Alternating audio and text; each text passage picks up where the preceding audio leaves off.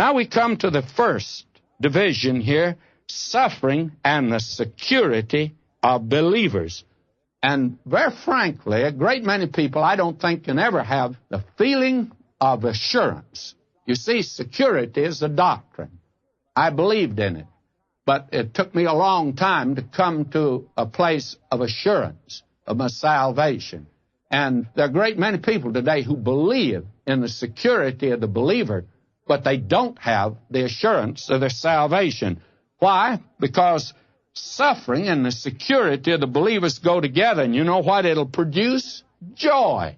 Can you imagine that? It'll produce joy in the life of a believer.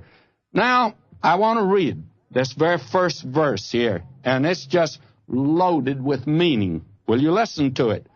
Peter, an apostle of Jesus Christ, to the sojourners scattered throughout Pontus, Galatia, Cappadocia, Asia, and Bithynia. Now, first of all, his name. He's now the Rock Man. We're now past Pentecost. This man knows now what it is to take a stand for Christ. He knows what it is to be arrested and put in jail. He knows what it is to be threatened. And now he knows that ahead of him is a cross that he's to be crucified on. This man knows what he's talking about. And I don't know about you, I must confess that I'm not impressed by professors in theological seminaries today who, to begin with, have had really no experience as pastors.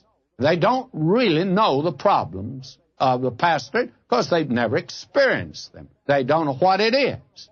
And they don't know what it is really to suffer.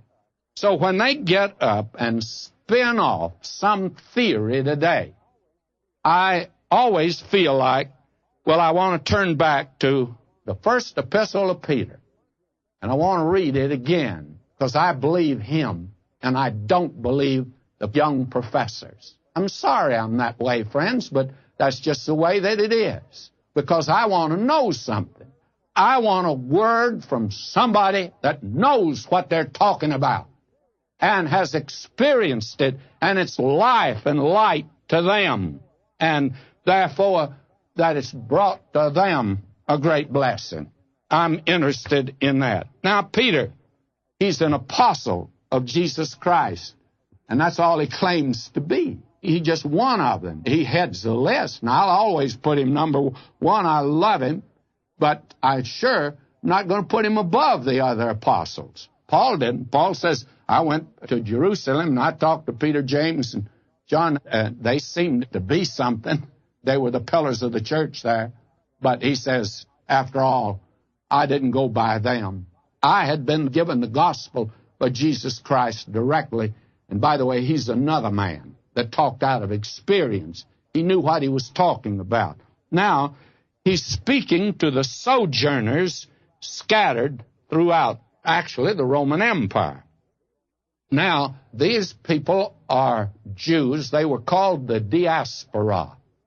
That is, they were no longer in the land of Palestine. For different reasons, they found themselves scattered in different places. And you will find out that Paul, you will recall on his second missionary journey, wanted to go to Bithynia. And the Spirit of God wouldn't let him go there. He didn't know, but I think probably Simon Peter had already been there, and the Spirit of God's only sending him where the gospel hadn't been preached before.